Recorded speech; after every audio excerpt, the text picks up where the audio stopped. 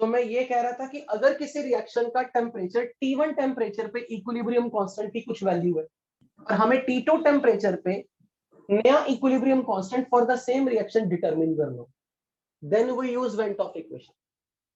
So this equation is used to calculate value of K equilibrium at any temperature with respect to value of K equilibrium at initial temperature.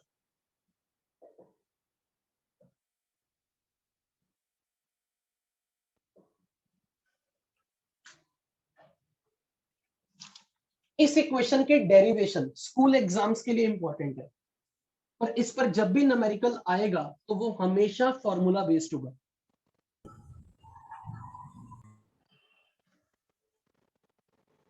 अगर आपको याद हो तो पिछली classes में, अभी जो हमने लास्ट क्लास लिखी थी उसमें मैंने एक ये इक्वेशन लिखवाई थी, delta G not is minus R T is equal to natural log of K equilibrium. Check करो. Yes sir. Yes sir. Yes sir.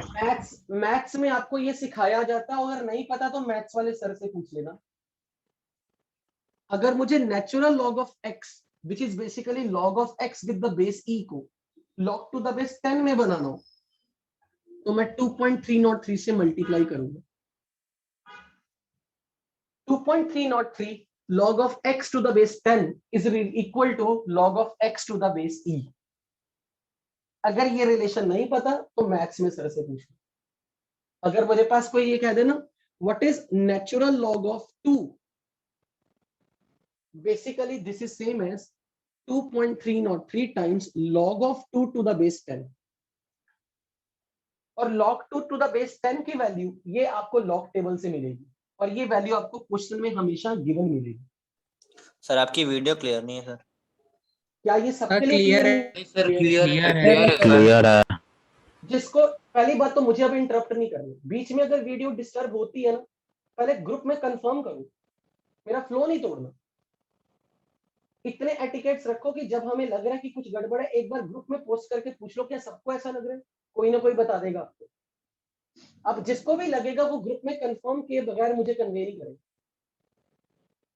सो कभी भी किसी नंबर का नेचुरल लॉग अगर आपके सामने पता है तो आप उसको मैथमेटिकली लिख सकते हो 2.303 time to the log of same number but with the base 10. और log 2 टू द बेस 10 की वैल्यू ये आपको लॉग टेबल में मिलेगी. तो हम इस प्रॉपर्टी को यूज करने वाले यहां पे. तो I am writing K equilibrium number का log natural log can be written as 2.303 time log of k equilibrium to the base 10. So delta G not की वैल्यू मैं पुट कर रहा हूं जो लास्ट क्लास में लिखी थी, delta H not minus P delta S not upon R T is 2.303 log k equilibrium to the base 10. This I can write it as minus delta h naught by r into 1 by t plus delta s naught upon r is equal to 2.303 log k equilibrium to the base 10. This is my standard equation. अब अगर किसी reaction का temperature अगर T1 temperature है तो T1 temperature करने से K की वैल्यू कुछ होगी K1. अगर मैंने टेम्परेचर चेंज कर दिया तो T2 टेम्परेचर पे इसकी वैल्यू हो जाएगी K2 provided delta H not and delta S not will not depend on temperature. Usually ये नंबर टेम्परेचर डिपेंडेंट होते हैं बट हम इस एजम्पशन को मान के चल रहे हैं कि they are not temperature dependent. So temperature change करने से इनकी वैल्यू में कोई चेंज नहीं आ रहा, ऐसा हम मान के कर रहे हैं. सो assuming delta h naught and delta s naught are independent of temperature. और अगर कोई हमसे ये पूछे कि हम ये assumption क्यों लगा रहे हैं जब हमें पता है कि टेम्परेचर चेंज करने से ये नंबर बदल जाते हैं, तो हम ये assumption ही क्यों लगा रहे हैं? क्योंकि इनमें टेम्परेचर बदलने से जो वेरिएशन आती है वो नेग्लिजिबली स्मॉल आती है. इसलिए टेम्परेचर चेंज करने से, क्योंकि इनकी वैल्यू सिग्निफिकेंटली वेरी नहीं करती, they vary very up to little extent by changing the temperature, so overall हम उनको कांस्टेंट मान सकते हैं। तो हमारे रिजल्ट्स जो इस इक्वेशन से आएंगे वो मैच करते एक्सपेरिमेंटल वैल्यूज, इसलिए हम इस assumption को मान के चल रहे हैं, क्योंकि अगर मैं ये assumption नहीं मानता हूं तो टेम्परेचर बदलने से में जो चेंज आएगा वो चेंज इतना सिग्निफिकेंट नहीं होता, that is not pretty much very significant, इसलिए हम इसको प्रैक्टिकली कांस्टेंट मान के लेके चलेंगे। तो मान लो कि इनिशियली जब टेम्परेचर T1 केल्विन है तो इक्विलिब्रियम कांस्टेंट की वैल्यू K1 है, ये केल्विन नहीं है, ये केल्विन है। और जब टेम्परेचर फाइनली, जब किसी रिएक्शन का टेम्परेचर T2 कर दिया,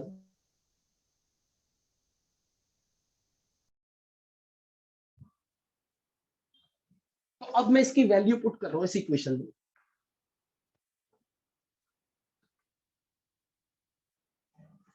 minus delta H not by R 1/T1 plus delta H not by R. मैंने टेम्परेचर की वैल्यू T1 पुट की, उस समय K इक्विलिब्रियम की वैल्यू K1 थी, तो ये इक्वेशन बन गई 2.303 log to the base 10 K1। और जब टेम्परेचर T2 किया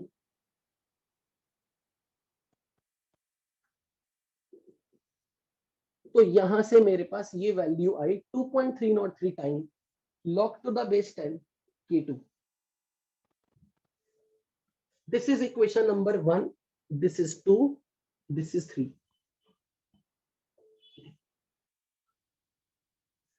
Now do 1 minus 2, first 2 minus 3, second equation में से थर्ड इक्वेशन सब्ट्रैक्ट कर दो, क्या मिलेगा? Minus delta H not by R 1/T1 plus delta H not upon R, left hand side में से लेफ्ट हैंड साइड सब्ट्रैक्ट कर रहा हूं, minus delta H not upon R 1/T2 plus delta H not upon R is equal to 2.303 RT log to the base 10 K1 minus 2.303 minus RT log to the base 10 K2। Check करो मैंने सही लिखा है, this minus this, तो 2.303 RT नहीं 2.303 common निकाल दिया, तो log K1 minus log K2 आ गया। क्या ये स्टेप सही है? चेक करो 2 minus 3 करके क्या मिलेगा? Second equation minus third equation copy में लिखो क्या बनती है, क्या ये बन रही है जो मैंने बोर्ड पे लिखी? Is that clear? Yes, sir.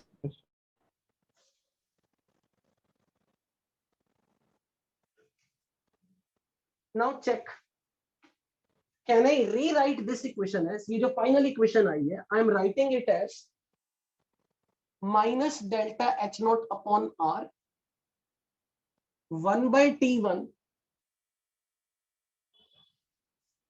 minus 1/T2, sorry 1/T1 minus 1/T2 is equal to log K2 minus log K1। Check करो, एम आई राइट? कोई साइन मिस्टेक? ये कट जाएगा, ये नंबर कट जाएगा, तो डेल्टा एच नॉट वाली term में से minus delta H not by R common निकाल दिया, तो 1/T1 और ये 1/T2 ये तो माइनस है। Sir log K1 minus K2 होगा, log K2 होगा ना? Sorry K1 minus K2।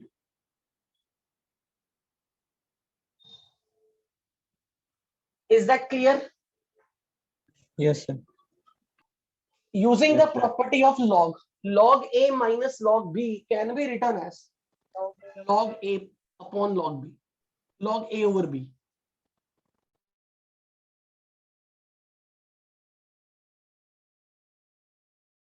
Two things. So this relation we call it as Van 't Hoff sir equation. 2.303 भी आएगा, नहीं 2.303 भी आएगा। मैं यहां एडजस्ट कर दूं, डिवाइड कर दे, यहां 2.303 भी आएगा।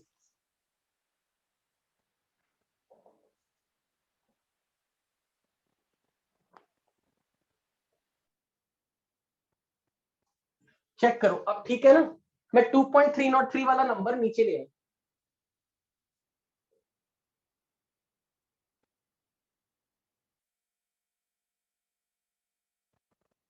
This equation is called Van 't Hoff equation.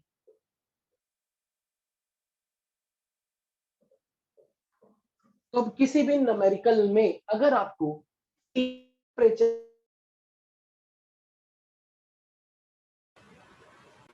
Use this equation, पर यहां डेल्टा एच नॉट के वैल्यू जो यूनिट्स होंगे वो न्यूमेरिकल में दो तरह के यूनिट्स मिलेंगे, या तो किलो जूल पर मोल या joule per mole, depending on kilojoule per mole या kilocalorie per mole, depending on कि डेल्टा एच के यूनिट न्यूमेरिकल में क्या दिए हैं। Accordingly you will select the value of R, क्योंकि R is 8.314 joule per kelvin per mole, और calorie में आर की वैल्यू 2 कैलोरी पर केल्विन पर मोल है। तो आर की वैल्यू 2 लेनी है या 8.314 लेनी है, वो डिपेंड करता है कि आपको न्यूमेरिकल में डेल्टा एच क्या दी। लेकिन जो गलती आप पक्का करके आओगे टेस्ट में, आपको ये data kilo joule per mole और किलो कैलोरी पर मोल में कुछ भी दिया हो, आपने ये वैल्यू सीधी जूल और कैलोरी की यहां डाल देनी। गलती ये होगी कि आप अगर ऊपर किलो जूल में रख रहे हो तो इसे भी किलो जूल में रखो, अगर इसे किलो कैलोरी में रख रहे हो तो फिर इसे भी किलो कैलोरी में करो। ये ना हो कि आपने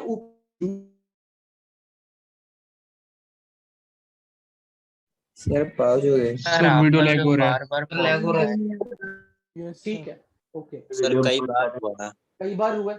बहुत बार हुआ है। लैग नहीं हो रहा है सर लैग हो रहा है सर हो रहा है बीच बीच में। सर सर आपका बार बार हो रहा है। हो रहा है सर हो रहा है सर। क्लास कैंसिल कर दूं? नहीं सर नहीं sir, no sir, no sir. चल जाएगा सर, चल जाएगा, ऐसे भी चल जाएगा। तो थोड़े सेकंड के लिए हो रहा है, कोई बड़ी बात नहीं है। Yes sir we will manage sir unit वाला पॉइंट फिर से बता दीजिए। अगर ये वैल्यू आपने किलो जूल पर मोल में रखी तो आर को भी किलो जूल में रखी, और अगर ये किलो कैलोरी में रखा है तो आर को भी किलो कैलोरी में रखी। ये Yes, नहीं sir. होना चाहिए कि इसे जूल किलो जूल में रखा पर ये वैल्यू जूल में रख दी। Unit has to be same. Yes sir.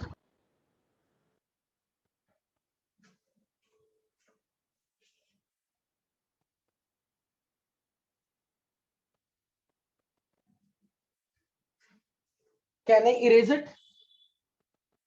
Yes sir. Yes sir yes sir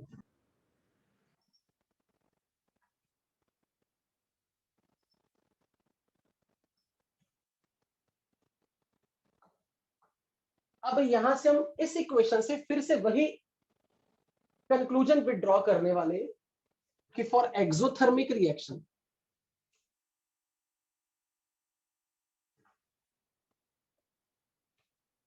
on increasing the temperature value of K equilibrium क्या घटेगी बढ़ेगी? एक्सोथर्मिक रिएक्शन में घटेगी। अगर मैं यहां से चेक कर लूं एक्सोथर्मिक रिएक्शन के लिए डेल्टा एच का वैल्यू का साइन क्या है? डेल्टा एच का साइन नेगेटिव पॉजिटिव? नेगेटिव। अब ये चेक करो, अगर डेल्टा एच नेगेटिव है तो ये नंबर, ये जो नंबर है ये पॉजिटिव होगा नेगेटिव होगा? पॉजिटिव होगा। आप ध्यान से देखो, अगर टेम्परेचर T1 से T2 कर दूं और T2 ज्यादा कर दिया टेम्परेचर तो 1/T1 और 1/T2 में इनइक्वालिटी का साइन क्या आएगा? Who will be bigger? बदल जाएगा। उल्टा हो जाएगा। 1/T 1/T1 will be more than 1/T2. अब ये बताओ, अगर डेल्टा एच नेगेटिव है और 1/T1 1/T2 से बड़ा है, तो लेफ्ट हैंड साइड का साइन क्या होगा? पूरा positive negative. This equation is star equation. Positive positive हो जाएगा। तो क्या मैं ये लिख सकता हूँ log K1/K2 is positive number? अगर Yes, sir. 1/T1 बड़ा है 1/T2 से, 1/T1 is bigger, 1/T2 is shorter, तो इस पूरी ब्रैकेट का साइन है पॉजिटिव। और क्योंकि डेल्टा एच का साइन है नेगेटिव, तो नेगेटिव नेगेटिव पॉजिटिव, तो पूरा ये number left hand side is positive, means this ratio is positive. Do you agree? Yes sir. Yes sir. Can I write this number as log 1? Do you know the value of log 1? Yes sir. Log 1 is 0. Yes sir. Log 1 is 0. So if I take anti-log on both sides, you will get K1/K2 is greater than 1. Because 0 is nothing but log 1. And if I take anti-log on both sides, then K1/K2 is greater than 1. What does indicates? K1 is more than K2. अब ये बताओ K2 की value K1 से छोटी आ रही बड़ी आ रही? छोटी बड़ी बड़ी। आपको इसका मीनिंग पता है? जिधर चोंच का मुंह खुला हो, चोंच बंद हो, बच्चों को ऐसे सिखाते हैं 9 10 में। सर जिधर मुंह सर खुलता है फर्स्ट बड़ा होता सेकंड है। में ये बड़ा कौन है, K1 या K2? केवन बड़ा। टेम्परेचर को बढ़ाने से K की वैल्यू, फाइनली जो K की वैल्यू, ये फाइनल वैल्यू है, ये इनिशियल वैल्यू से घट गई या बढ़ गई? घट गई। फाइनल घट गई। यही यहाँ से देख रहे थे, यही हमने कल कंक्लूजन निकाला था ग्राफ के मेथड से। तो वेंट ऑफ इक्वेशन से आपको वही कंक्लूजन मिलेंगे जो कल आपने ग्राफ से देखे, क्योंकि वेंट ऑफ इक्वेशन उन्हीं ग्राफिकल इक्वेशन से आई है। तो एक्सोथर्मिक रिएक्शन में टेम्परेचर को बढ़ाने से इक्विलिब्रियम कांस्टेंट की वैल्यू घटेगी, जो आपने यहां मैथमेटिकली चेक कर लिया। Now you will prove in your copy for endothermic reaction I am decreasing the temperature. If we decrease the temperature, suppose initial temperature T1 है, final temperature T2 है, T2 is less than T1. अब आपको बताना है क्या K1 K2 से बड़ा होगा या K1 K2 से छोटा होगा? Decide yourself. पर बड़ा होगा सर। एंडोथर्मिक रिएक्शन के लिए डेल्टा एच नॉट का साइन इज पॉजिटिव। बड़ा होगा। K1 K2 से बड़ा होगा। चेक करो, टेम्परेचर को घटाया है, तुक्का नहीं मारना, इक्वेशन से देखो। सर K1 बड़ा होगा। यस सर K1 बड़ा होगा। K2 छोटा होगा। बड़ा होगा K1 बड़ा होगा, K2 छोटा होगा। क्योंकि अगर T1 T2 से बड़ा है तो 1/T1 will be less than 1/T2. So 1/T1 minus 1/T2 will be negative number. क्योंकि अगर ये बड़ा नंबर है और ये बड़ा नंबर है और ये छोटा नंबर है, तो बड़े टर्म के साथ माइनस साइन है, तो फाइनल आंसर नेगेटिव आएगा। लेकिन डेल्टा एच तो पॉजिटिव है, और अगर डेल्टा एच पॉजिटिव है तो minus delta H not by 2.303 R, ये पूरी टर्म का साइन बताओ क्या है? Negative positive? Positive. Delta H is positive number, ये पॉजिटिव है, और ये पूरा टर्म है नेगेटिव। क्या आएगा इस पूरी टर्म का साइन? पॉजिटिव। मुझे नेगेटिव क्यों लग रहा है? नेगेटिव या पॉजिटिव? फाइनली बताओ। पॉजिटिव। पॉजिटिव, बिल्कुल पॉजिटिव, क्योंकि ये टर्म नेगेटिव और ये माइनस साथ में है। नेगेटिव नेगेटिव इज पॉजिटिव, तो इसका मतलब इस नंबर की वैल्यू जो log K1/K2 है, ये ग्रेटर देन 0 है। इसका मतलब log K1/K2 can be written as more than log 1, क्योंकि log 1 is 0. So if I take anti-log, K1/K2 is greater than 1. This implies K1 is more than K2, यानी कि endothermic reaction में final value of equilibrium constant will be less if you decrease the temperature. Is that point clear to everybody sitting in the class? Yes, sir. Yes. तो अब कभी भी किसी reaction में कोई भी अगर कोई ऐसा न्यूमेरिकल आ गया जिस न्यूमेरिकल में आपको उन्होंने ऐसा बोला कि इक्विलिब्रियम कांस्टेंट गिवन रिएक्शन के लिए पहले इतना था अब इतना है फॉर द सेम रिएक्शन, इसका मतलब उस क्वेश्चन में टेम्परेचर जरूर बदला. जब तक टेम्परेचर नहीं बदला Kp Kc will not change. हाँ जी, कोई स्टूडेंट कुछ बोलने वाला था, पूछने वाला था. सर अगर इसमें हम लोग टेम्परेचर बढ़ा देते तो K2 K1 से बड़ा हो जाता ना.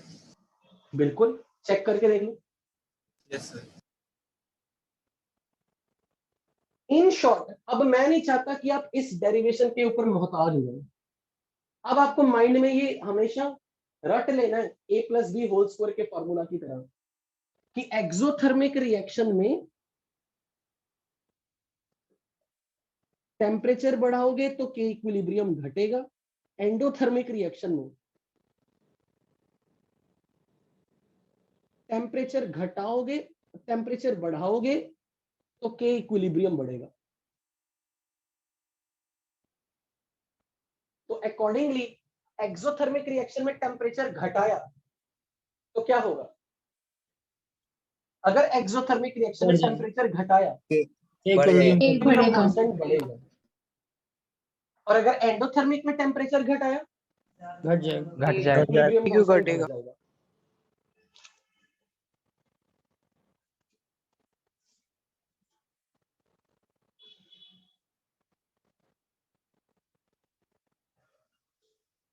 अब अपने न्यूमेरिकल्स के लिए आपने क्या इक्वेशन लिखनी? Delta G not is -2.303 RT log of K equilibrium to the base 10 which is equal to delta H naught minus T delta H naught. इस पे न्यूमेरिकल मिलेंगे आपको शीट में. लेकिन इस टॉपिक से रिलेटेड न्यूमेरिकल बहुत ही आसान होता है, बहुत इजी.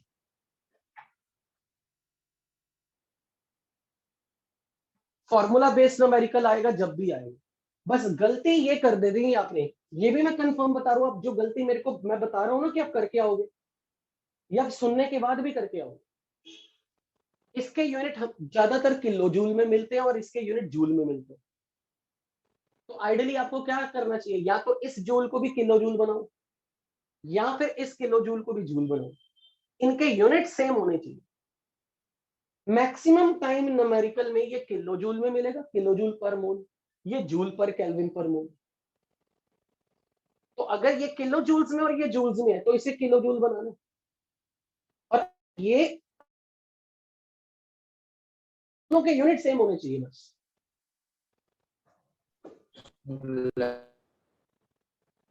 अगेन आर की वैल्यू सुटेबल चूज करनी है. अगर ये डाटा जूल्स या किलो जूल्स में तो 8.314, अगर कैलोरी या किलो कैलोरी में है तो ये 2 लेनी है वैल्यू. याद रहेगा ये चीज? सर अगर R का वैल्यू जूल में हुआ है तो हम उसे 100/12 में करके कर सकते हैं ना सॉल्व. मतलब 8.314 की जगह अगर हम लोग 100/12 यूज करेंगे तो. हाँ लिख लो, कोई नहीं चलेगा रफली.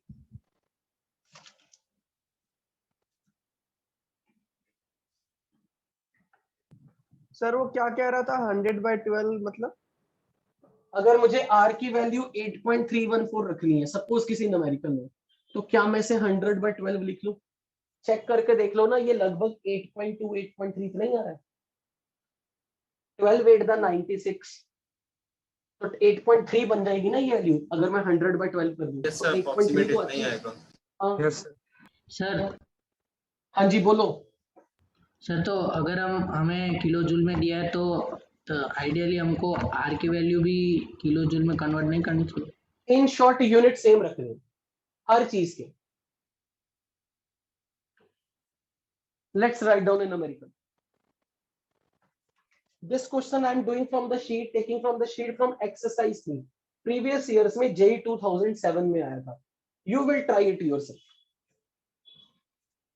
What is value of log K to the base 10 for reaction A gives B if delta H naught at 298 Kelvin is minus 54.07 kilojoule per mole and delta S naught at 298 Kelvin is 10 joule per Kelvin per mole, given that R is 8.314 joule per Kelvin per mole. This all data is given. And your choices are do it yourself. 5, 10, 95 and 100. और इस question में बहुत बड़ा hint दिया. This was given to you in the question. 2.303 multiply by 8.314 multiply by 298 is equal to 5705. इससे ज्यादा help क्या देगा कोई आपकी? Try this question.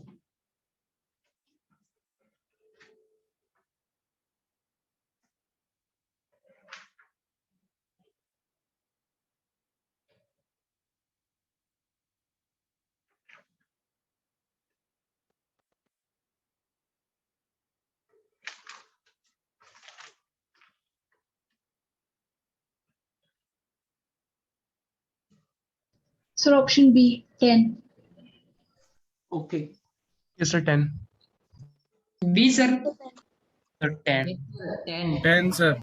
Sir, Option 10. B. सबका आ रहा है 10. Yes, sir. Yes, sir. और अगर मैं ये बोलूं जेई एडवांस का क्वेश्चन तो फ्री के मार्क्स है. हाँ जी, ईयर 2007. ये हिंट गिवन था क्वेश्चन में 5705 स्ट्रेट फॉरवर्ड क्वेश्चन गिवन है शीट में. एक्सरसाइज 3 पार्ट 1 में क्वेश्चन नंबर 6 है. जेई 2007 सारा हिंट गिवन था. इसका मतलब वो बस आपसे इतना पूछ रहा है कि आपको ये फॉर्मूला आता है. फॉर्मूला आता है, सब कुछ आता है. फॉर्मूला नहीं आता, गए. बड़ा घटिया सवाल है सर. तो जेई कई बार घटिया सवाल भी पूछता है. ऐसा थोड़ा ना सारे सवाल ही अच्छे होते हैं. Write down another question. JEE Mains 2018. ये तो खास पुराना क्वेश्चन नहीं है. वाई एक्सिस पर नेचुरल लॉग के प्लॉट हो रहा है और एक्स एक्सिस पे 1 बाय टेम्परेचर प्लॉट किया जा रहा है. This is one line A, this is another line B, this is another line C line, this is another line D line.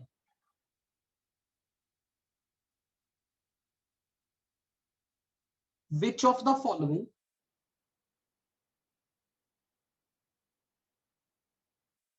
correctly represents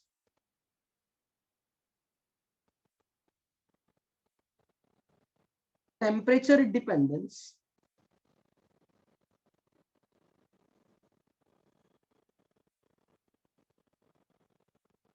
of equilibrium constant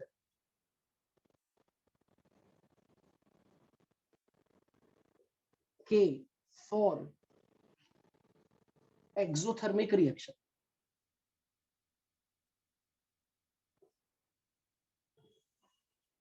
Your choices were C and D,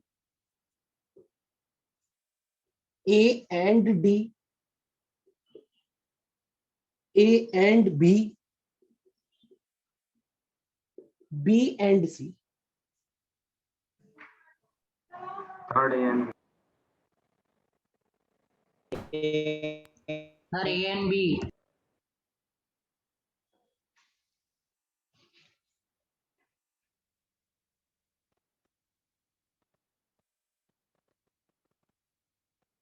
A and B. So So only A. A and B.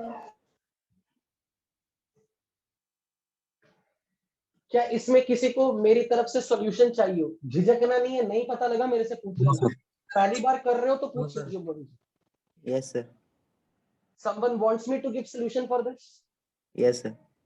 Yes sir.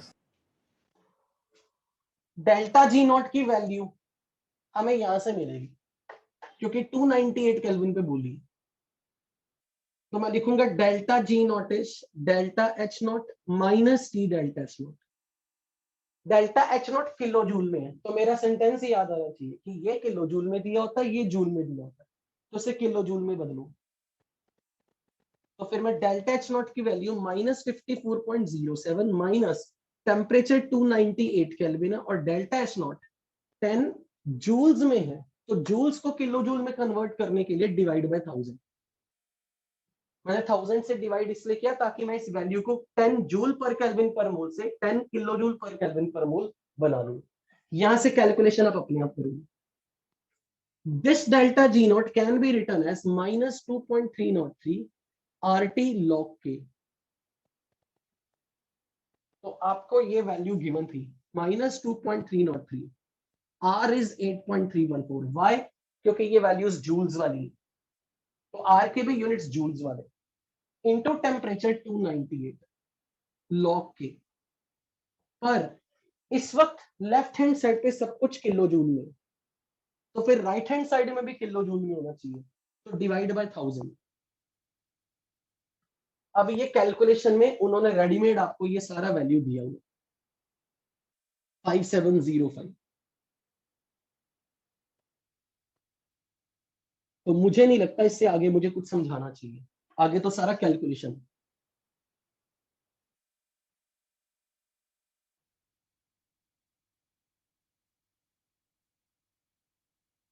बोलो भाई, clear है? Yes किसी को उस question में doubt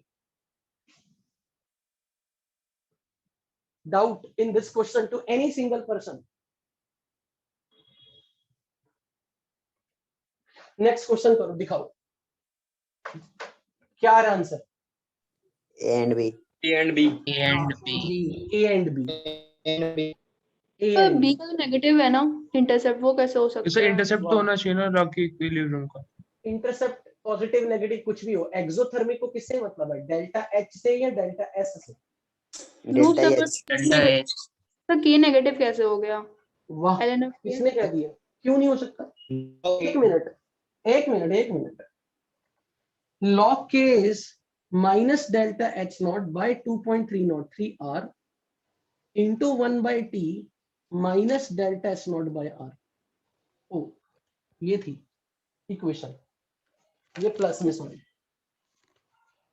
तो log K अगर मैं y एक्सिस पे प्लॉट कर रहा हूं और ये x एक्सिस पे, ये स्लोप, okay, sir. ये इंटरसेप्ट, इंटरसेप्ट नेगेटिव क्यों नहीं हो सकता भाई? यहां पे इंटरसेप्ट नेगेटिव है,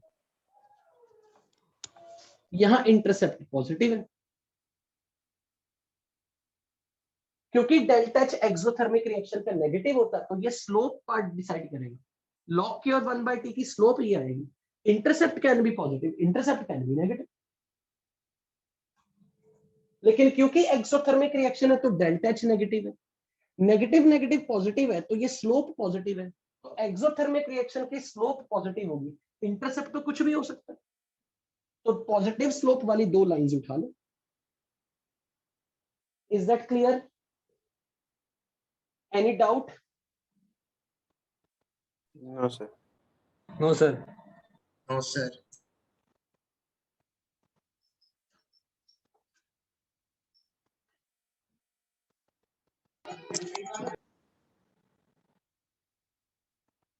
एक और क्वेश्चन देखते हैं।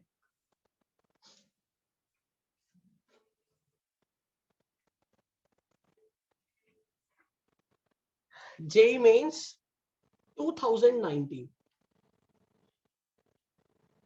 ताकि आपको ये समझ में आ जाए, अगर मैंने जेई 2007 से 2018 2019 तक ले आया हूँ, लेटेस्ट ईयर्स में क्वेश्चन इस टॉपिक से आ रहे हैं। कैसा है क्वेश्चन ये देखना। एडवांस में 2019 में आया है क्या?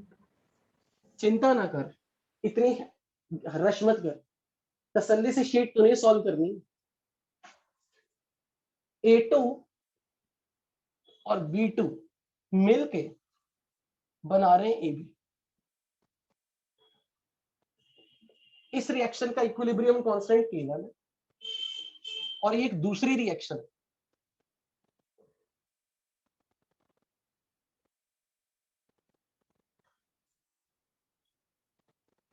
इस रिएक्शन का इक्विलिब्रियम कांस्टेंट K2 है, इसका K1 इसका K2, which is correct relation between K1 and K2. K1 K2 is 1/3. K1 K2 is equal to K1 raised to power -3. B. K1 K2 is 3. B. K2 is K1 B B सर। Sir B sir B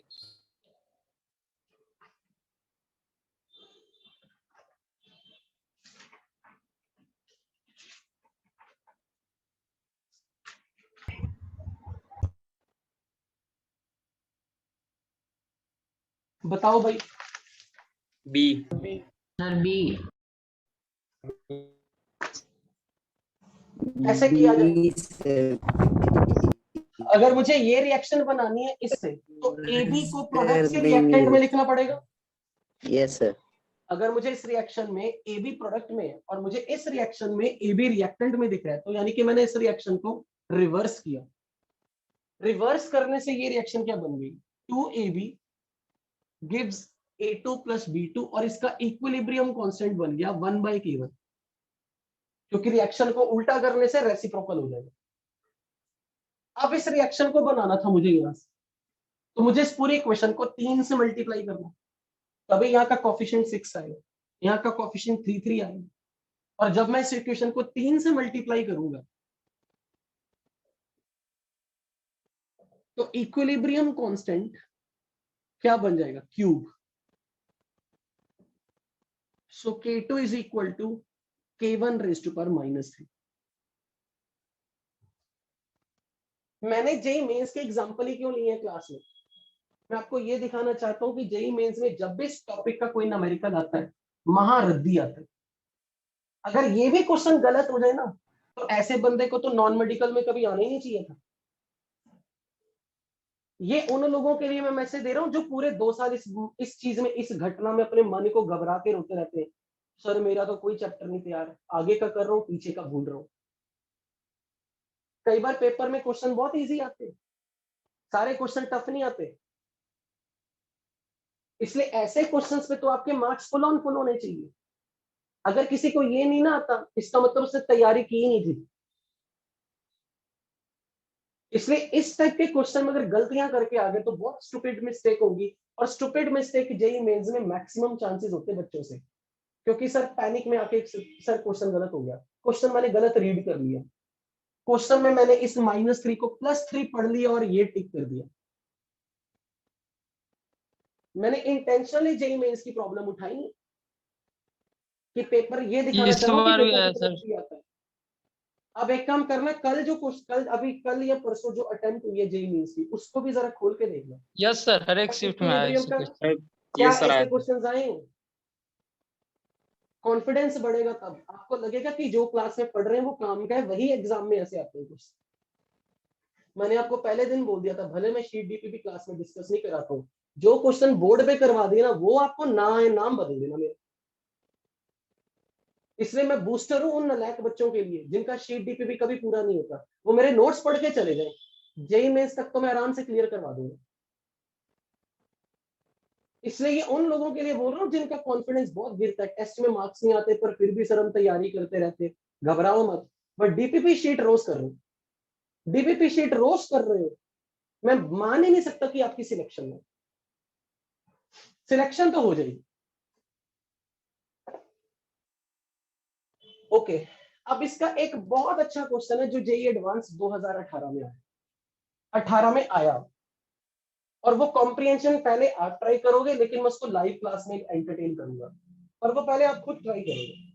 उसको मैंने ही करवा दिया, वो सारा credit में। JEE advance 2000, ये खासकर मैं उस लड़की के लिए बोल रहा हूँ जिसने अभी थोड़ी देर पहले बोलता था ना जेई एडवांस वाले क्वेश्चन नहीं आया क्या इस टॉपिक से। तो जेई एडवांस 2018 का एक कॉम्प्रिहेंशन आपकी शीट में एक्सरसाइज 3 पार्ट 1 में, आज ही जाके इस क्वेश्चन को करो, समझ में आ जाएगा कि मेंस और एडवांस में क्वेश्चन का लेवल का डिफरेंस था। कॉन्सेप्ट सेम है, same concept.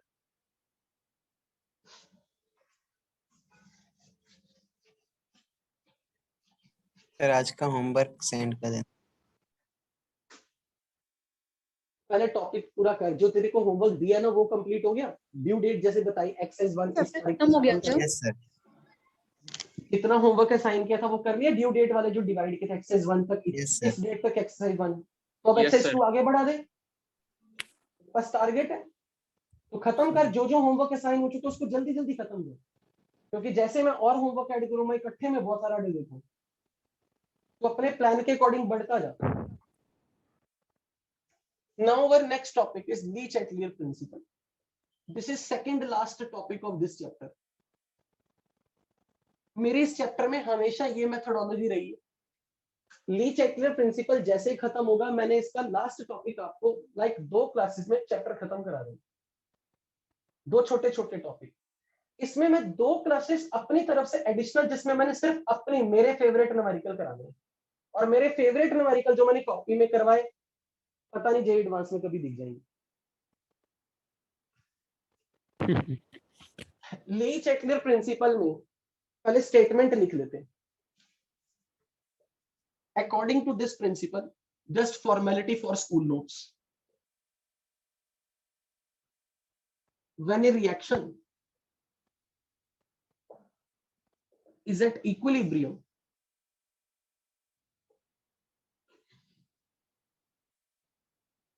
if a change is made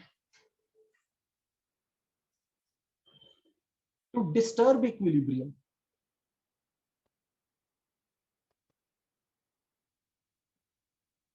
a reaction will move in a direction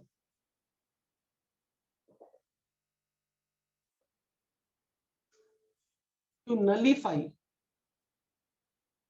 the applied change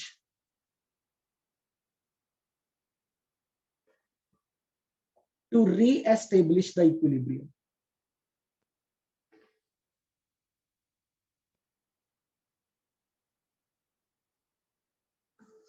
इस टॉपिक पर जब भी कोई क्वेश्चन आएगा, बहुत आसान आएगा जेई मेंस में, लेकिन इस टॉपिक पर जब भी न्यूमेरिकल आएगा जेई एडवांस में, वो टफ आएगा। मैं तो यही प्रे करूंगा इस टॉपिक का जेई एडवांस का न्यूमेरिकल है, क्योंकि मैक्सिमम बच्चे गलत करके आएंगे।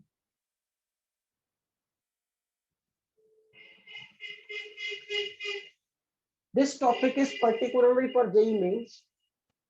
जेई मेंस में इसका क्वेश्चन आसान आएगा। अगर इस टॉपिक से रिलेटेड जेई एडवांस में न्यूमेरिकल आ गया, जैसा कि 2018 का कॉम्प्रिहेंशन, उसका कुछ पार्ट इस टॉपिक से है,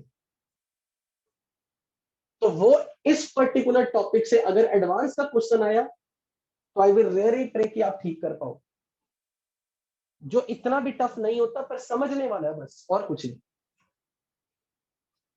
जल्दी से स्टेटमेंट लिख लो, फिर मुझे बताओ इफ यू हैव नोटेड, फिर मैं समझाना शुरू करूं। यस सर हो गया।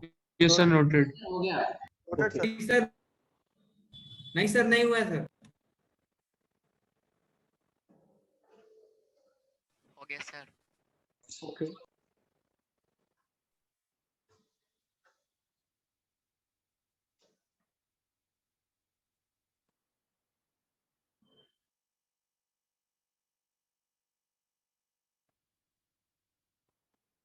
अब देखो क्या हो रहा है। ली-चैटलियर प्रिंसिपल का यूज कहां होगा? आपको क्वेश्चन कैसा आएगा इस टॉपिक पे? आपको ये बोला जाएगा कि एक रिएक्शन है इक्विलिब्रियम पे आ गई, अब आपने उसके अंदर कुछ हरकत की है। वो हरकत किस किस तरह की हो सकती है हम वो देखेंगे एग्जांपल में। आपने कुछ हरकत की, रिएक्शन इक्विलिब्रियम पे आ चुकी थी, आपने कुछ हरकत की, उसका इक्विलिब्रियम डिस्टर्ब हो गया। अब जब उसका इक्विलिब्रियम डिस्टर्ब हो गया तो कुछ घंटे कुछ मिनट बाद वो वापस से नया इक्विलिब्रियम पे आए। नए इक्विलिब्रियम पे आने के लिए रिएक्शन को फॉरवर्ड में जाना पड़ेगा या बैकवर्ड में जाना पड़ेगा। ये कैसे प्रिडिक्ट करें, ये इस टॉपिक का पर्पस है।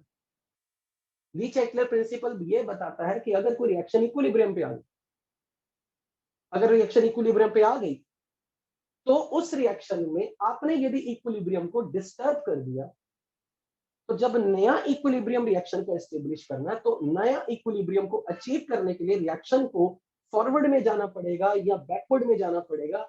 ये हम किस आधार पे बताएंगे? ये इस आधार पे बताएंगे कि किसी रिएक्शन का इक्विलिब्रियम कांस्टेंट Kp या Kc कभी नहीं बदलता जब तक टेम्परेचर ना बदले। अगर किसी रिएक्शन में आपने इक्विलिब्रियम से डिस्टर्ब किया तो आपने उस रिएक्शन के Q को बदलना है। जब रिएक्शन इक्विलिब्रियम पे आ गई थी तो Q नंबर, अगर ये हैंड Q है, ये K के बराबर बन चुका था। अगर आपके द्वारा की गई हरकत से Q बड़ा हो गया तो अब इक्विलिब्रियम को रीगेन करने के लिए Q को अपनी वैल्यू घटानी पड़ेगी। और मैंने पिछली कुछ क्लासेस में सिखाया था Q को घटाने के लिए रिएक्शन को फॉरवर्ड जाना पड़ेगा या बैकवर्ड जाना पड़ेगा? बैकवर्ड। मैं कहूंगा रिएक्शन बैकवर्ड शिफ्ट हो रही है। मतलब अब अगर आपको कोई ये वर्ड बोले ना, इसका मतलब क्या है रिएक्शन बैकवर्ड शिफ्ट हो रही है? इसका मतलब ध्यान से समझना, रिएक्शन की बैकवर्ड जाने की स्पीड ज्यादा है, फॉरवर्ड जाने की स्पीड कम है, इसलिए नेट रिएक्शन बैकवर्ड हो रही है।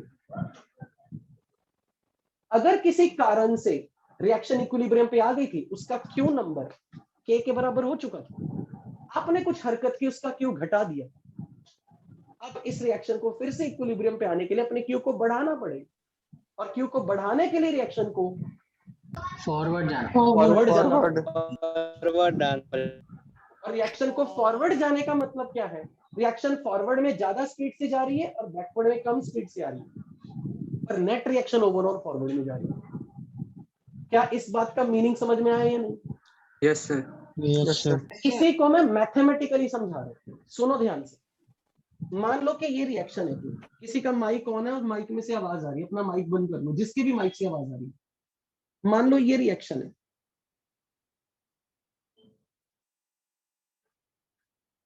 ये कोई रिएक्शन है। मान लो इसकी मेरे को मोलैरिटी किसने दे दी, मोलर कंसंट्रेशन दे दी 4, 3 और 2,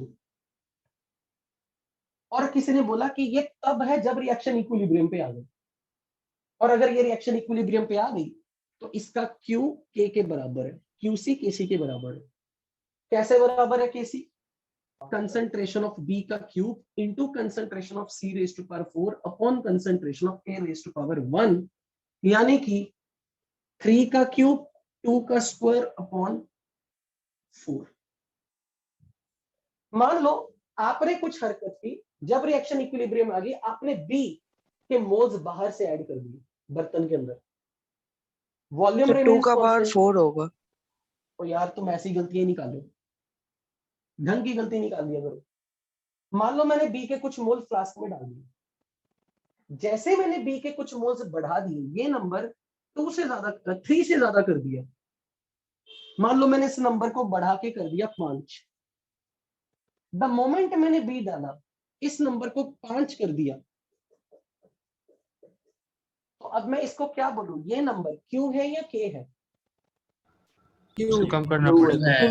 ये नंबर को क्या बोलूं, है या K है? क्यू क्या अपने टेम्परेचर बदला? बोलो। तो सर K यही है, K यही है, K नहीं बदला। क्यों बदला? क्यों की वैल्यू K से बड़ी हो गई। बोलो। Yes sir. तो Q को छोटा होना है, रिएक्शन आगे अगर Q को छोटा होना है, ये देखो कौन बोला महान, अगर Q को छोटा होना है तो इस नंबर को छोटा होना है, इसे बड़ा होना है, यानी कि B और C को घटना है या बढ़ना है? घटना है। घटना है, तो बढ़ना है। रिएक्शन बैकवर्ड जा रही है बैकवर्ड। ताकि B और C घटे और ये बढ़े, यानी कि ये नंबर छोटे हो और ये नंबर बड़ा हो। इसका मतलब जब नया इक्विलिब्रियम आएगा ना, नया इक्विलिब्रियम, इन नंबर की वैल्यू तो बदल जाएगी। ये नंबर अपने आप को कम कर लेगा, ये नंबर अपने आप को कम कर लेगा, ये नंबर अपने आप को बढ़ा लेगा, पर ओवरऑल ये जो रेशो सॉल्व करके नया इक्विलिब्रियम पे इसी के बराबर आएगी।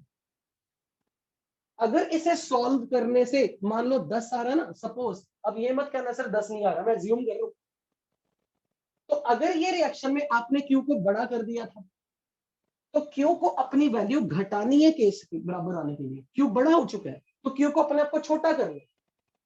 क्यू को छोटा करने के लिए प्रोडक्ट टर्म छोटी होनी चाहिए, न्यूमरेटर छोटा होना चाहिए, प्रोडक्ट टर्म छोटी होनी चाहिए, डिनोमिनेटर रिएक्टेंट टर्म बड़ी होनी चाहिए। यानी कि जब इक्विलिब्रियम आएगा तो ये तो गारंटी है कि ये 4 नंबर की बजाय ए की वैल्यू कुछ 4 से ज्यादा होगी। ये जो सी की वैल्यू है, सी की वैल्यू वो 2 से कुछ बढ़ जाएगी, घट जाएगी। ये 5 नंबर भी अपनी वैल्यू को कुछ घटाएगा, पर जितना भी घटाएगा ये सब, ये जितना भी अपने आप को घटाएगा, ये जितना भी अपने आप को घटाएगा और ये जितना भी बढ़ाएगा, ओवरऑल सॉल्व करने पे नए इक्विलिब्रियम पे ये रेशो 10 ही रहेगी। अब मुझे ये बताओ, आपने रिएक्शन में इक्विलिब्रियम डिस्टर्ब करने के लिए क्या किया था? प्रोडक्ट की कंसंट्रेशन बढ़ा दी थी या घटा दी थी? बढ़ा दी। बढ़ा दे। बढ़ा दी थी। अब सुनो ध्यान से, मैंने प्रोडक्ट बढ़ाया, लेकिन इक्विलिब्रियम ने किधर की तरफ शिफ्टिंग करके दिखाई? बैकवर्ड, क्योंकि उसने प्रोडक्ट को घटा दिया। यानी कि मैं जो कर रहा हूं इक्विलिब्रियम उसको उल्टा करेगा। ये देखो ये लाइन, अब एक एक वर्ड ध्यान से सुनो। When a reaction is at equilibrium, reaction equilibrium पे आ गई। If a change is made, कोई आपने चेंज किया, क्यों किया? ताकि इक्विलिब्रियम डिस्टर्ब हो जाए। अब रिएक्शन मूव करेगी किसी डायरेक्शन में, पर किस डायरेक्शन में? उस डायरेक्शन में जिधर आपके द्वारा किए गए चेंज को नलिफाई किया जाए। यानी कि आपने अगर प्रोडक्ट बढ़ाया तो रिएक्शन अपना प्रोडक्ट घटाएगी, यानी कि वो बैकवर्ड जाएगी। यानी कि अगर मैंने इक्विलिब्रियम पे आके रिएक्शन में प्रोडक्ट के मोल घटा दिए होते, अगर मैंने प्रोडक्ट के मोल घटा दिए होते तो रिएक्शन फॉरवर्ड जाती ताकि प्रोडक्ट बढ़े। अगर मैंने रिएक्टेंट को ज्यादा कर दिया तो इक्विलिब्रियम रिएक्टेंट को कम करेगा, यानी कि रिएक्शन फॉरवर्ड जाएगी। अगर मैंने रिएक्टेंट कम कर दिया मिक्सचर में से, मैंने ए कम कर दिया, इक्विलिब्रियम बैकवर्ड आना शुरू हो जाएगा, वो ए बनाएगा। मैं जो करूंगा इक्विलिब्रियम उसका उल्टा करेगा। बोलो ये बात समझ लगी या नहीं? Yes sir. तो अगर आपने प्रोडक्ट की कंसंट्रेशन बढ़ाई तो इक्विलिब्रियम प्रोडक्ट की कंसंट्रेशन को घटाने के लिए बैकवर्ड जाना शुरू कर देगा। अगर आपने रिएक्टेंट की कंसंट्रेशन ज्यादा कर दी इक्विलिब्रियम पे, तो रिएक्शन उस डायरेक्शन में जाएगी जिधर रिएक्टेंट की कंसंट्रेशन को घटाया जाए, क्योंकि आपने रिएक्टेंट बढ़ाया था। उसको अपना इक्विलिब्रियम फिर से अचीव करने के लिए बड़े हुए रिएक्टेंट को घटाना पड़ेगा, इसलिए वो फॉरवर्ड जाएगी। अगर मैंने मिक्सचर में से प्रोडक्ट बाहर निकाल दिया इक्विलिब्रियम, कुछ सॉल्यूशन में से बी और सी बाहर निकाल दिए, तो मैंने प्रोडक्ट घटा दिया, तो इक्विलिब्रियम फॉरवर्ड शिफ्ट होना शुरू हो जाएगा। क्या ये बात आपको समझ में लगी? ये नलिफाई द चेंज का मतलब क्या है? बोलो, ये नलिफाई द अप्लाइड चेंज का मीनिंग समझ में लगा? Yes sir. क्या मतलब है इसका? अपोजिट सर तो हम रिएक्शन करेंगे, हमेशा केसी को मेंटेन करना चाहता है, देखो इसलिए इक्विलिब्रियम को। जो हम करेंगे इक्विलिब्रियम उसका उल्टा करे। अपोजिट कर देगा। अगर मैंने किसी कारण से इक्विलिब्रियम आने पे मिक्सचर का, पूरे फ्लास्क का प्रेशर घटा दिया, तो इक्विलिब्रियम क्या करेगा? अपना प्रेशर बढ़ाएगा। मैंने मान लो वॉल्यूम बढ़ा दिया, तो वो अपना वॉल्यूम घटाएगा। करेगा। कम करेगा। पर ये याद रखना, ये हम किस प्रिंसिपल पे कर रहे हैं? K never changes, Q changes. इसलिए हम जो भी कर रहे हैं टेम्परेचर को चेंज नहीं करना, क्योंकि टेम्परेचर को अगर मैंने चेंज कर दिया तो K ही बदल जाएगा, जो अभी आपने ताजा वेंट ऑफ इक्वेशन में पढ़ा। इसलिए जब हम ली चैटलर प्रिंसिपल पढ़ेंगे, हम इफेक्ट ऑफ कंसंट्रेशन चेंज पढ़ेंगे, इफेक्ट ऑफ वॉल्यूम चेंज पढ़ेंगे, इफेक्ट ऑफ प्रेशर चेंज पढ़ेंगे, इफेक्ट ऑफ कैटलिस्ट चेंज पढ़ेंगे, पर इफेक्ट ऑफ टेम्परेचर मैं नहीं पढ़ाऊंगा, क्योंकि वो वेंट ऑफ इक्वेशन में पढ़ा चुका हूं। बोलो ये बात समझ में आई या नहीं? Yes sir. सर यस हम कंसंट्रेशन चेंज का इफेक्ट सीखेंगे, प्रेशर चेंज का इफेक्ट सीखेंगे, वॉल्यूम चेंज का इफेक्ट सीखेंगे, कैटालिस्ट डालने का इफेक्ट पढ़ेंगे, पर टेम्परेचर चेंज करने का इफेक्ट नहीं सिखाऊंगा। वो वेल्ट ऑफ इक्वेशन में आप सीख चुके हो कि एक्सोथर्मिक रिएक्शन में टेम्परेचर को बढ़ाने से के बढ़ता है और घटता है, और एंडोथर्मिक रिएक्शन में टेम्परेचर बढ़ाने से के बढ़ता है। आप एग्जांपल्स करते हैं इसकी, तब आपको इसकी रियल फील आएगी। हेडिंग बनाओ number 1। Number 1, effect of change in concentration. आज हम सिर्फ इतना ही यहीं तक स्टडी करेंगे। यहां पर पहले आप कंक्लूजन लिख लो, फिर मैं एग्जांपल से समझाऊंगा। On increasing the concentration of reactant,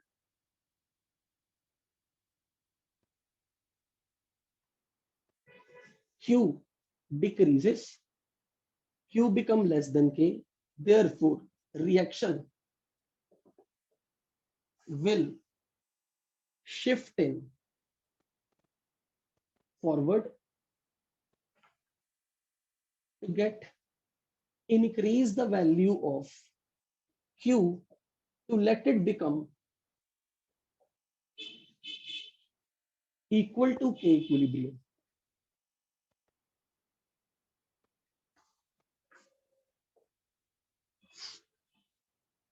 मान लो ये रिएक्शन है,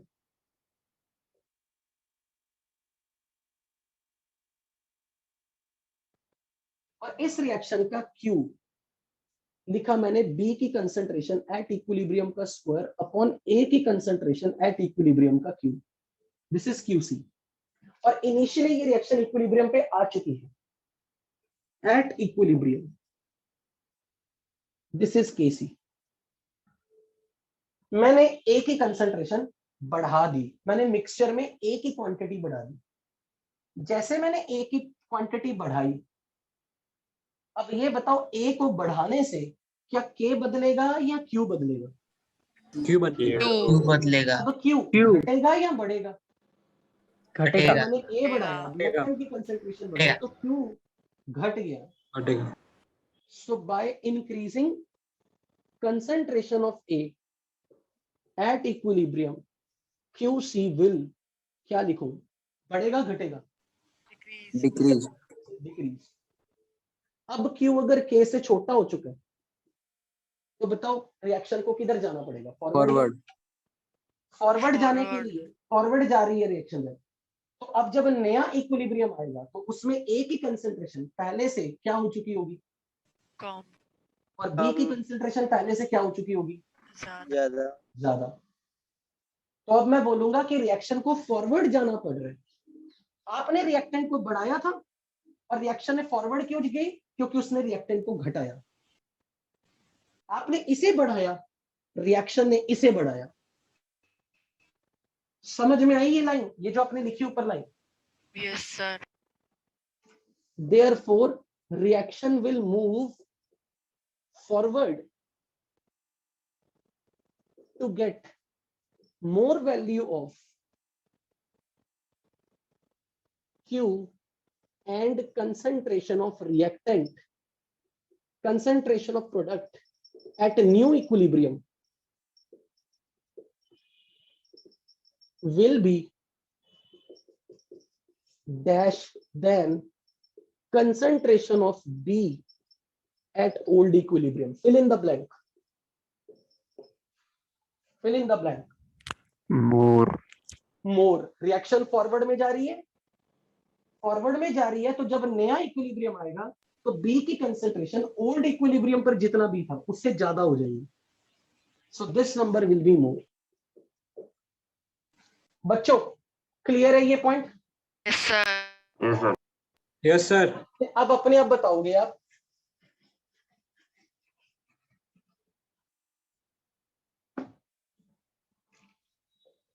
this is reaction,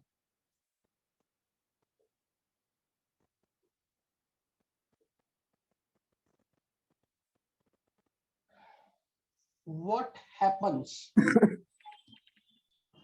if we decrease the concentration of C at equilibrium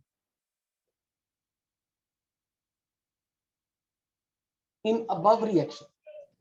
forward जाएगा रिएक्शन. फॉरवर्ड. मैंने C को कम कर दिया, प्रोडक्ट कम कर दिया, रिएक्शन किधर जाएगी? फॉरवर्ड. फॉरवर्ड. फॉरवर्ड. क्या रीजन? कोई रीजन भी है, एक्सप्लेनेशन भी है? डिनोमिनेटर कम करना. क्यों? सर QC QC क्या था? डिक्रीज हो जाएगा.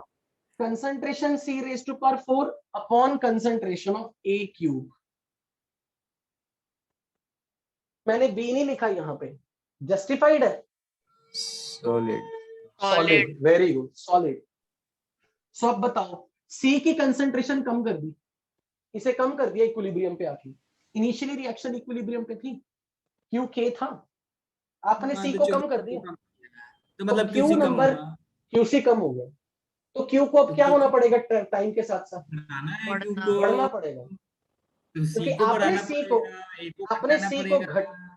C घट है यानी कि Q घट है, और अगर Q घट है तो रिएक्शन में Q को अपने वैल्यू बड़ी करने के लिए C को बढ़ाना पड़ेगा, A को घटाना पड़ेगा. और घटाना अगर पड़ेगा. A को घटाना है और C को बढ़ाना, रिएक्शन को फॉरवर्ड जाना पड़ेगा. सो जी Yes, sir. reaction will have to move in dash direction. लिखो अपने आप. क्या लिखूं? फॉरवर्ड. फॉरवर्ड. Forward. अब ये बताओ, इस क्वेश्चन का आंसर बनाओ. Concentration of A at a new equilibrium upon concentration of A at old equilibrium, this will be greater than 1 or less than 1? Less than 1. Less than 1. Less than 1. जब reaction forward जाएगी तो A की value घटेगी, और old equilibrium के comparison में नए equilibrium पे A कम होगा पहले से. इसलिए अगर इस तरह के क्वेश्चन आ जाए तो आपके फ्री के मार्क्स है कि A की कंसंट्रेशन ओल्ड इक्विलिब्रियम कंसंट्रेशन से अगर घट रही है तो this ratio will have to be less than 1. इसी में अगर मैंने ये पूछा होता, what will happen if we double concentration of B in the equilibrium mixture? Backward. Sir no change. Very good. Sir, no शाबाश. change. कौन No कौन था ये change, sir. इसमें सबसे पहले बोला? सिद्धार्थ तिवारी. सिद्धार्थ. Very good. शाबाश. शीट में था सर. सर उस पर डिपेंड ही नहीं करेगा, क्योंकि Q के एक्सप्रेशन में B आ ही नहीं रहा. जो सॉलिड कंपोनेंट होते हैं और जो लिक्विड कंपोनेंट होते हैं वो Q के एक्सप्रेशन में आते ही नहीं है. इसलिए उनकी क्वांटिटी को डबल कर दो, ट्रिपल कर दो, 1/4 कर दो, हाफ कर दो, Q डिस्टर्ब ही नहीं होगा कैसे. और जब तक Q के से डिस्टर्ब ही नहीं हो रहा, रिएक्शन ना फॉरवर्ड जाएगी ना बैकवर्ड जाएगी. There will be no effect on the equilibrium state. So answer is no change. Why? क्योंकि B is a solid component. Solid component की कोई भी कंसंट्रेशन टर्म Q के एक्सप्रेशन में नहीं आती. इसलिए जब आपने B को डबल ट्रिपल किया तो Q से Q डिस्टर्ब ही नहीं होगा कैसे. और जब तक Q डिस्टर्ब नहीं हुआ कैसे, there will be no changes.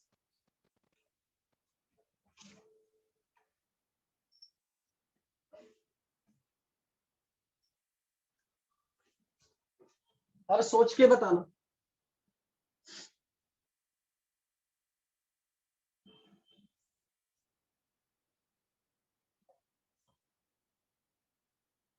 This is reaction where equilibrium will shift if we add CaCO3 from equilibrium mixture.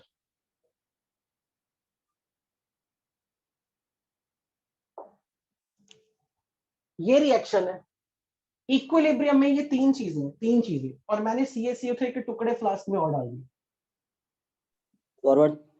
No change. Forward गया कितनी जल्दी जवाब आया। जो यहाँ जल्दी कर देता ना वो निपट जाता है। दिखा नहीं है सॉलिड। जब इस रिएक्शन का क्यू लिखोगे क्यू सी तो CO2 की कंसंट्रेशन काउंट करनी है,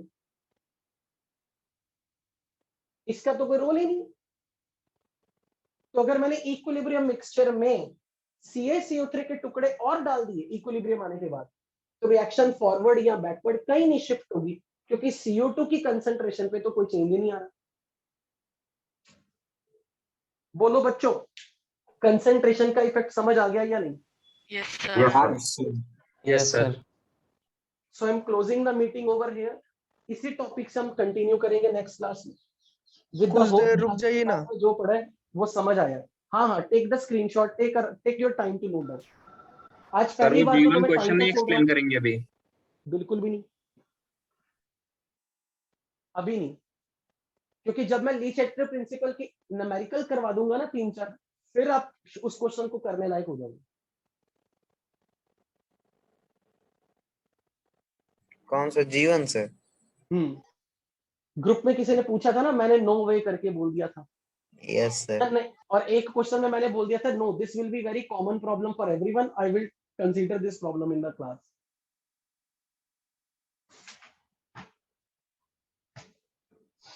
सर हो गया। मेरी तरफ से मीटिंग क्लोज है। पहली और अंतिम बार मैंने टाइम पे छोड़ा, तो अब मैं finally going to close the meeting. Okay बच्चों? Yes sir.